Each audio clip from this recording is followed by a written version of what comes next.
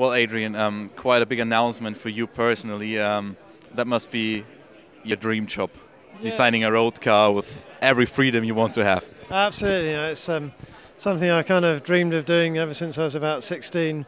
Really had kind of two aspirations to be involved in motor racing first and foremost, but then also to design a road car at some point, and to be lucky enough to be in that position now is fantastic.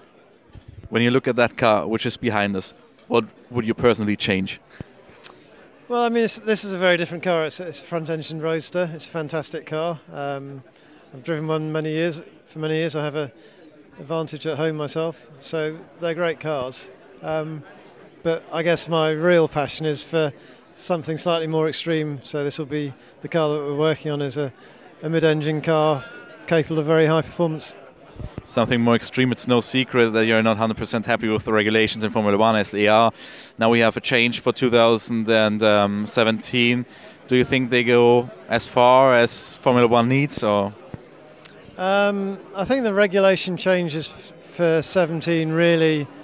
The wider tyres offer a little bit more mechanical grip, but not a lot. A bit more downforce through the wider bodywork, but the underlying aerodynamic philosophy of the car is exactly the same. So picture it really as a wider version of the existing car that will be slightly faster. But I would say it's not a really far-reaching change. I'm not saying it's a bad change at all, but it's not a far-reaching change. When you say slightly faster, how much is that in lap time? Probably in the order of 3 seconds.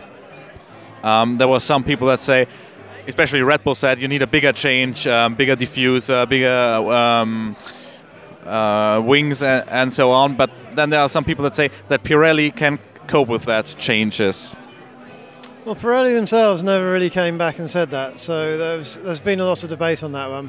But I think it's really, for me, it's about trying to get the whole package together. So it's not just the chassis on its own, it's not just the engine on its own, it's not just the tyres on its own.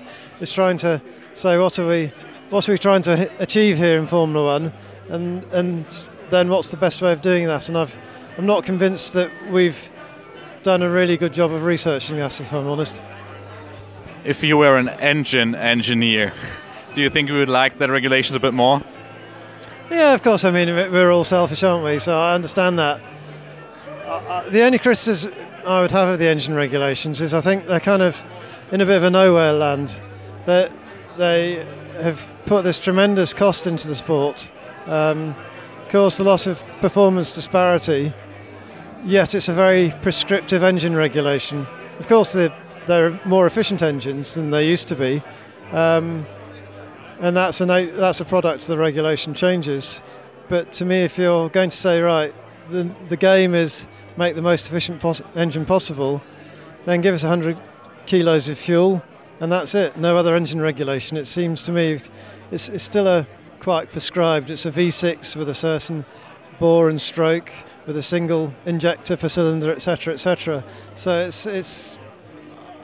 my personal opinion is it's kind of a slightly in nowhere land engine regulation. When I get you right, you said it costs you a lot of power, or a lot of performance, this engine. How do you mean that? Because the engines are as powerful as the V10 engines we had in 2005.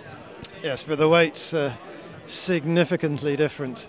If you go back to, I'm stretching my memory a little bit, but probably 2005, the cars weighed 580 kilos with quite a lot of ballast on them. Now they weigh best part of 710. That's a big weight difference.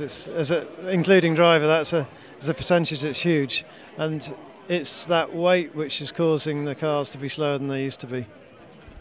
Did you talk with Mari Ilin about that? Well, it's a product of the engine regulations. The hybrid power plant is very efficient from an energy point of view, but with it comes this big weight penalty. So you're also already on the minimum weight, but yeah. Yeah, no, we've got almost no ballast on the car, so it's not as if it's 710 kilos with 40 kilos of ballast, which is where we used to be.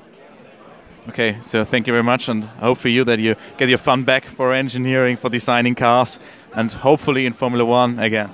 Thank you very much. I'm looking forward to it. Thank you.